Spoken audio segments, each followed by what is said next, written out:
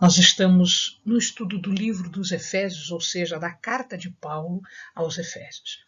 Então, pega a sua Bíblia, pega o seu caderno de estudos, ora o Senhor, pede a Ele discernimento, entendimento, conhecimento, sabedoria, pede a Ele proteção, para que nós possamos desvendar dos seus mistérios.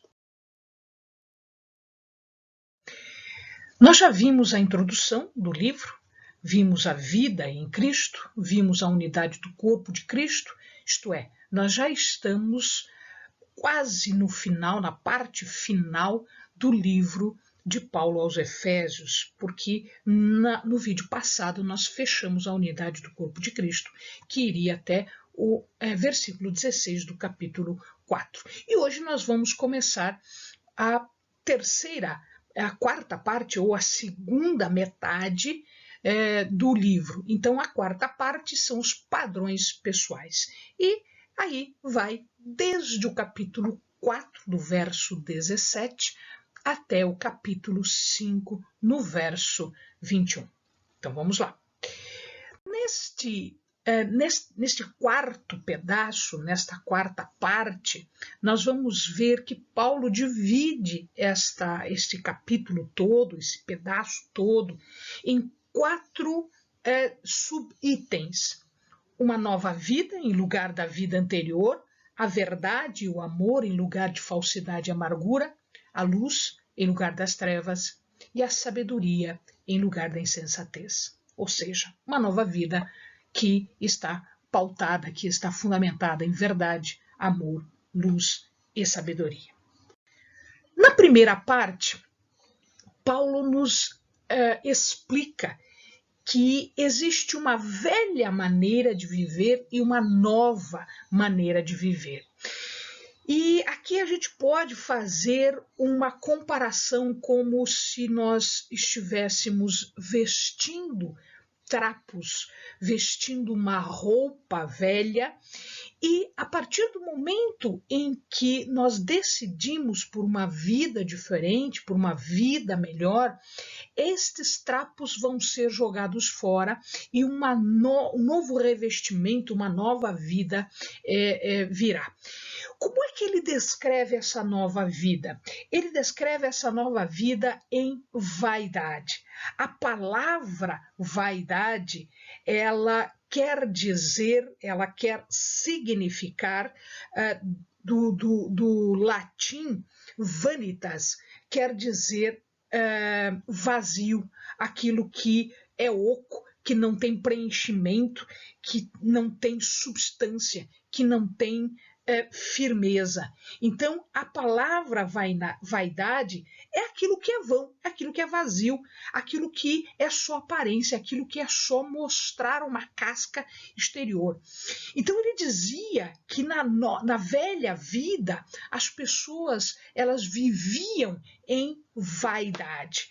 Isso significa que o seu entendimento, o seu conhecimento das coisas era um entendimento obscurecido. Ele estava sem luz, ele estava sem razão de ser. E o que é que vai clarear o nosso entendimento? É a sabedoria, é o conhecimento de Deus, é a proximidade para com Deus ou em Deus. Então, este entendimento da vida velha é um entendimento sem luz, sem sabedoria, sem conhecimento. E isso fazia com que o coração ficasse endurecido. O que é um coração endurecido? A partir do momento em que nós deixamos de sentir o que nós deveríamos sentir pelos outros, por Deus, pelo Espírito Santo, isto vai nos tornando insensíveis. E um exemplo aqui ficaria muito bom para você entender direitinho como é que isso funciona. Imagina que você trabalhe com enxada, ou que você varra o chão, ou que você trabalhe com um cabo de vassoura, etc.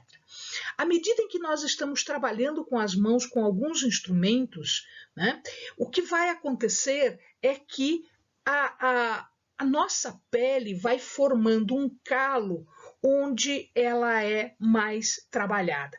Então, algumas pessoas, dependendo do trabalho que elas têm, elas possuem calos em algumas regiões específicas das suas mãos, exatamente para proteger, né?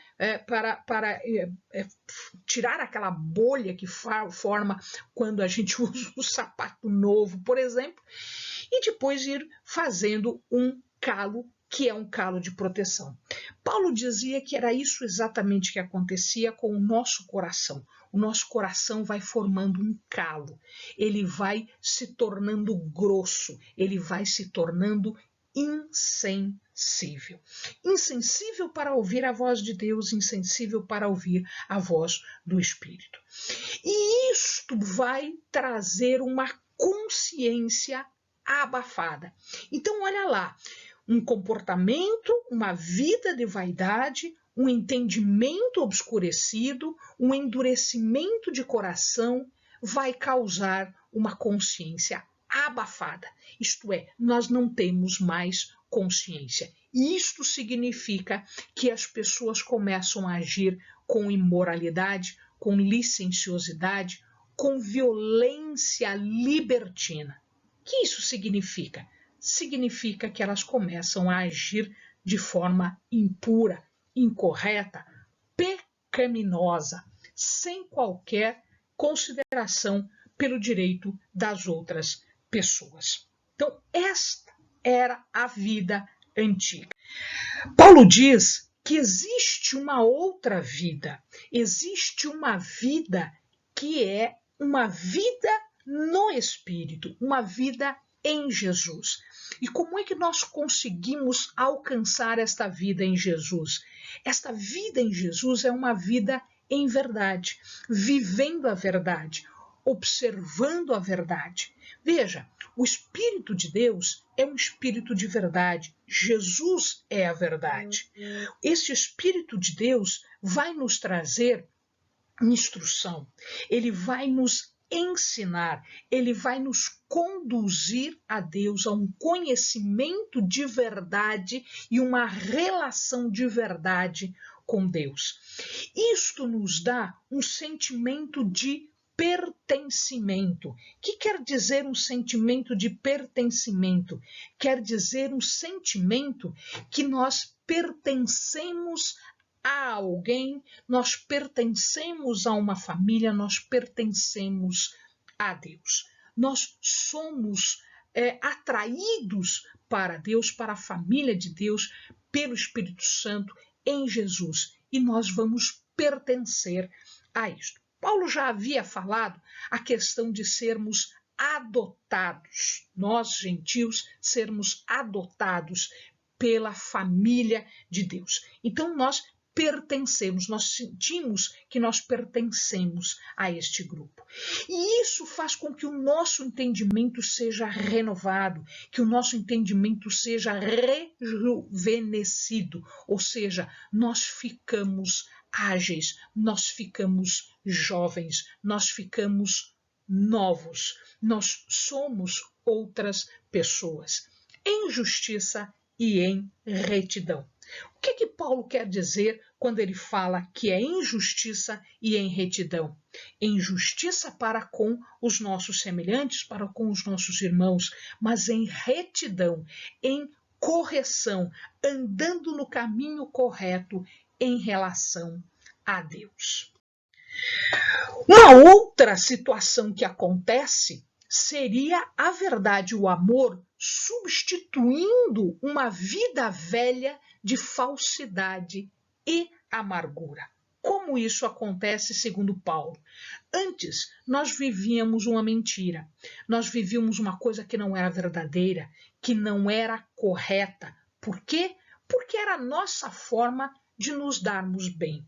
Era a nossa forma de conseguirmos alguma coisa, mesmo que este alguma coisa não fosse realidade. O amado já deve ter ouvido falar de um metal que se chama ouro de tolo, que parece uma pepita de ouro, que parece ouro, mas que não é ouro.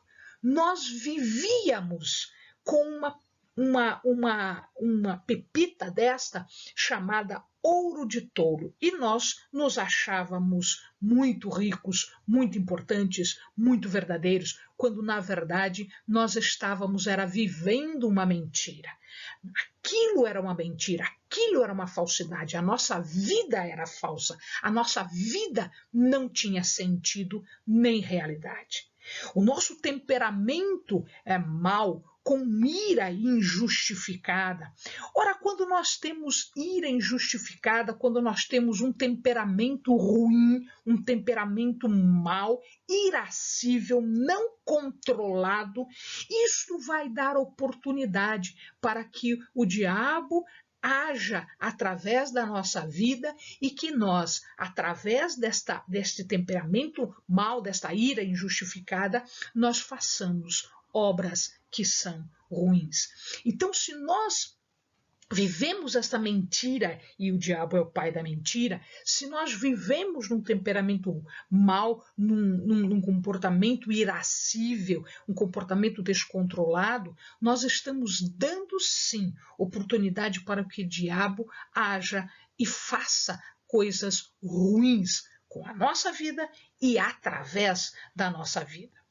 Ele fala em furto, em desonestidade. O que nós estaríamos furtando? Seríamos ladrões?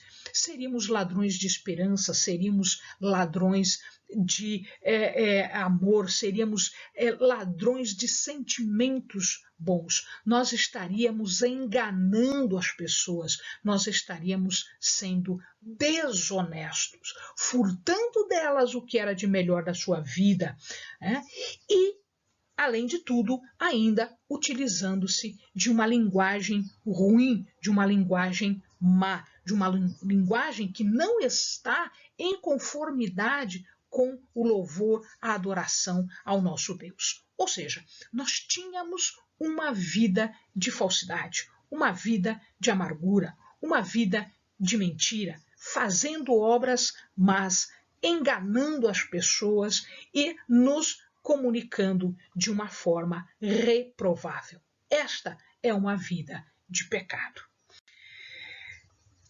Quando nós deixamos esta vida para lá e vamos para uma nova vida, nós começamos a viver em honestidade. Honesto, ou a honestidade, é uma qualidade também, é uma qualidade daquele que age retamente, corretamente. É aquele que age de acordo com a verdade, sem enganar as pessoas, sem falsidade, sem roubar, sem mentir, sem usar de palavras que não são próprias. Então, a honestidade é uma honestidade não só para com a minha vida, com aqueles que me cercam, mas honestidade para com os irmãos. Ora, se nós somos um único corpo, diz Paulo, um corpo não pode enganar outra parte do seu corpo. Como a minha mão vai enganar o meu pé? À medida em que ele engana, à medida em que ele prejudica o pé, ele estará prejudicando o corpo inteiro, porque nós temos esta relação, nós temos esta comunhão. Então, agirmos em honestidade, agirmos em verdade, sem engano, sem mentira, sem falsas palavras, sem nos irarmos. O Salmo 4:4, depois o amado dá uma olhadinha lá, o Salmo 4:4 nos ensina que nós não devemos pecar. Irai, mas não se deixe levar pelo pecado. E ele fala uma coisa muito interessante. Ele diz: não deixe o sol se pôr sobre a ira, porque a partir do momento em que nós não combatemos esses sentimentos ruins, estas coisas ruins, nós vamos deixando que aquilo vá como se fosse um fermento. Ele vai fermentando, ele vai aumentando e ele vai deixando isso cada vez pior. Então, lembremos-nos, quando a gente está irritado, quando a gente começa a se irar, lembra da palavra. Ire, mas não se deixe levar pelo pecado. Irai-vos, mas não pecais. Né? E aí não deixar o sol se pôr sobre a ira. Ou seja, um dia, fecha aquele dia, tira tudo que de ruim existe para que o novo dia traga nova esperança e nova misericórdia, segundo o profeta. Nós devemos também auxiliar os nossos irmãos, sermos solidários, nos auxiliar mutuamente. E as nossas palavras devem ser palavras de louvor e adoração. E uma coisa interessante aqui que Paulo nos lembra, nós já sabemos disso, mas Paulo nos lembra. A palavra é o reflexo do nosso pensamento. Então a gente fala aquilo que do coração está cheio, a gente fala aquilo que está no nosso pensamento. Então, se as nossas palavras são de louvor e adoração, significa que o nosso pensamento e o nosso coração está cheio de louvor e adoração. Se você se transforma num homem novo, você esquece aquelas más palavras, aquela má linguagem. Você se transforma num novo homem. Olha o que Paulo diz aqui para nós. Vos despojeis do velho homem, ou seja, desvista, despojar quer dizer retirar. É como se nós estivéssemos nos despindo, tirando esta roupa velha. Então vos despojeis do velho homem que se corrompe pela concupiscência do engano, porque o velho homem é enganado, ele vive na mentira, ele vive na vaidade, ele vive na falsidade. Então, isto corrompe o homem, o engano corrompe o homem. E renoveis no espírito do vosso entendimento. E vos revistais do novo homem. Então eu tenho que rasgar aquelas vestes velhas,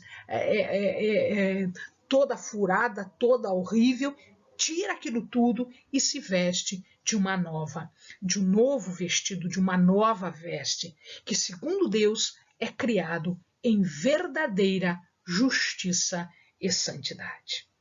E ele continua, ele diz assim: e não entristeçais o Espírito Santo, no qual fostes selados para o dia da redenção.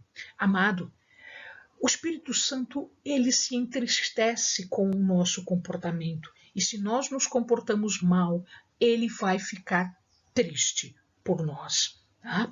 E interessante aqui também uma outra coisa. Ele diz que é no Espírito Santo que nós somos selados. Como assim selados? Nós recebemos uma marca, nós recebemos um selo de autenticidade. Significa que nós somos autênticos, que nós fomos reconhecidos, que nós fomos aceitos nesta nova família, neste novo reino. Quando se coloca um selo, se diz: este é verdadeiro e este pertence ao reino. E nós fomos selados pelo Espírito Santo para que no dia da redenção nós compartilhemos da sorte, nós compartilhemos do que é a ressurreição, da sorte de Jesus, ou seja, daquilo que acontecerá com Jesus, também acontecerá conosco, que é a nossa renovação, que é a redenção final, que é a chamada para um mundo, um reino que não é este, que é um reino onde nós vamos passar, né, para adorar, glorificar ao Senhor nosso Deus por toda a eternidade. Então ele fala que nós temos coisas para evitar. Sim, nós precisamos fazer a nossa parte. Ele diz que nós não podemos ficar agindo com amargura, com espírito ressentido e que não se reconcilia. Evita isso. Evita a cólera, evita a ira, evita a gritaria, evita a blasfêmia, evita maus sentimentos ou pensamentos maus, porque isso tudo nos conduz a um caminho errado.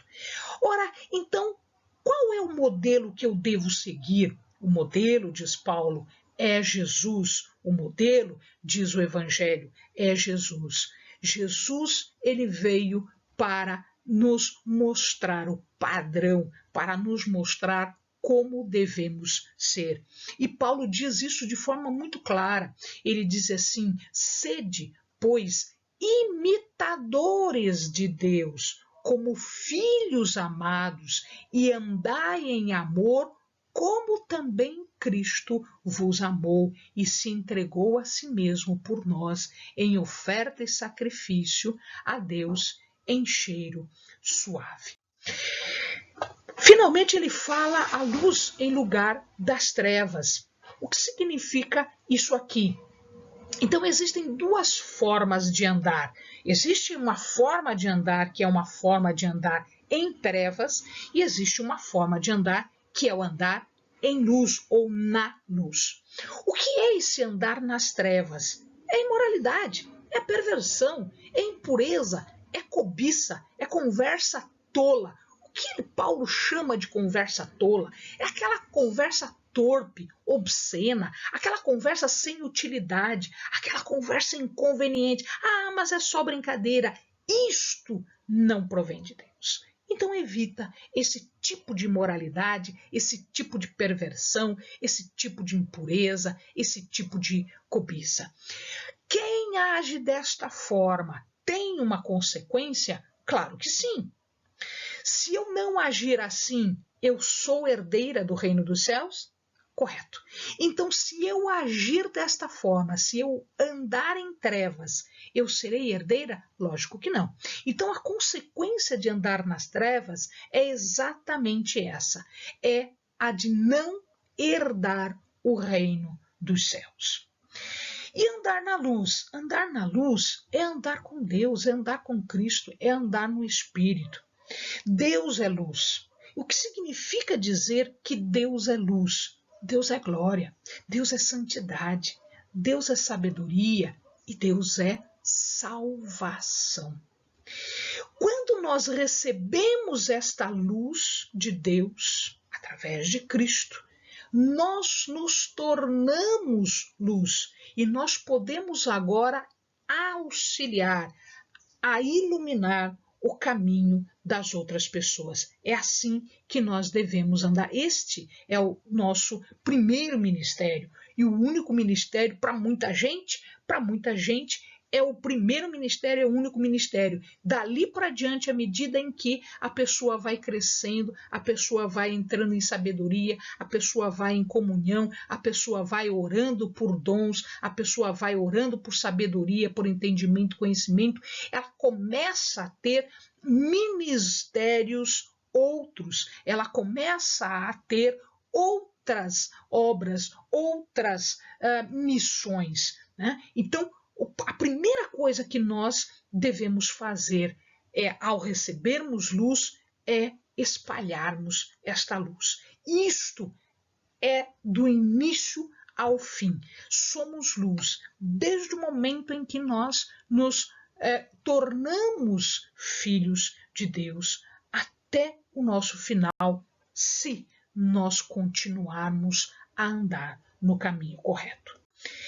Pois outrora erais treva, diz Paulo, mas agora sois luz no Senhor.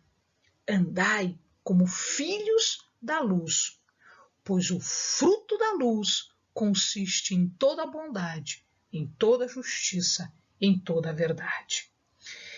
Isso significa dizer que não só nós devemos deixar de fazer pecados, como também não aceitar palavras torpes, não aceitar obras, atos torpes, pecaminosos. Então, nós devemos ser luz também e iluminar essas pessoas, dizer a essas pessoas o quanto elas estão erradas. E isso vai fazer com que nós vamos descobrindo, como eu falei agora há pouco, os nossos outros ministérios, as nossas outras missões, as nossas obras, aquilo que Deus quer de nós. E como é que a gente descobre isso? Porque nós vamos começar a descobrir a vontade de Deus. Paulo diz que a vontade de Deus é santa, perfeita e agradável. Eu colocaria uma quarta característica na vontade de Deus. A vontade de Deus é santa, porque Deus é santo. A vontade de Deus é perfeita, porque nele não há imperfeição. Tudo é perfeito, tudo é muito correto. Ela é agradável porque ela nos traz benefícios. Mas não esqueça, meu amado, que a vontade de Deus é soberana. Não existe a minha vontade em confronto com a vontade de Deus e a minha vontade prevalecer. Não, a vontade de Deus sempre prevalece, porque ela é soberana. E esta sabedoria que vem para fechar, né, esses 4 aspectos de Paulo. Lembrem-se que luz é um símbolo de conhecimento e de pureza. Portanto, esta luz vai acabar conduzindo à sabedoria, vai acabar conduzindo a uma vida diferente. Eu vou esquecer aquele mundo mentiroso, fantasioso, um mundo insensato, tolo, e eu vou para uma vida de sabedoria. O que é andar em sabedoria? Paulo nos dá um mistério aqui, ele nos explica um mistério aqui. Andar em sabedoria seria fazer a diferença entre o Cronos e o Kairos. Nós já explicamos o que é Cronos e o que é Kairos. Cronos é o tempo, esse tempo, dia com 24 horas, né? Minutos, segundos, isso é Cronos. Mas existe um tempo, que é um tempo de Deus. Este tempo é o tempo perfeito. Então, quando nós andamos em sabedoria, nós sabemos a diferença entre o Cronos e o Kairos. O tempo perfeito de Deus. Paulo fala em remir o tempo. O que é remir o tempo? É resgatar o tempo. Todo mundo tem 24 horas. O dia de todo mundo tem 24 horas. Mas por que algumas pessoas conseguem mais em 24 horas do que outras? Cada minuto tem 60 segundos. Mas por que o minuto para algumas pessoas é diferente? Porque eles não estão usando o Cronos, eles estão usando o Kairos. Quanto mais nós pudermos fazer nestas mesmas 24 horas que é um dia, mais nós entendemos o Kairos, mais nós entendemos a vontade de Deus, mais nós estamos andando em sabedoria. Por quê? Porque nós estamos usando a oportunidade que Deus está nos dando. Isso significa que nós não podemos ser nécios. O que é ser nécio? Ser insensato, ser tolo, ser estúpido, moralmente estúpido. Mas nós devemos ser sábios. Aquela vida de estupidez, aquela vida de tolice, aquela vida de pecado, de insensatez, isso tem que acabar. Nós precisamos nos mover para uma vida de sabedoria. E aí, meu amado, quem vai nos auxiliar? De novo, Paulo explica que é o Espírito Santo. É ele que nos conduz a uma comunhão a Deus. A ele, né? A Deus, a honra, a glória, o louvor. É o Espírito Santo que nos enche, vai fazer com que, quanto mais cheios nós estivermos do Espírito de Deus, mais próximos de Deus nós estaremos, mais próximos à glória e ao louvor do Senhor nós estaremos. E então, nós terminamos este vídeo lembrando os amados do seguinte: portanto, vede prudentemente como andais, não como nécio, não como tolo, não como insensato, não como pecador, mas como sábios, remindo o tempo, aproveitando as oportunidades do tempo, Kairos, porque os dias são maus. Pelo que não sejais insensatos, mas entende no sentido de descobrir qual seja a vontade do Senhor. Amém, amados. Bons estudos.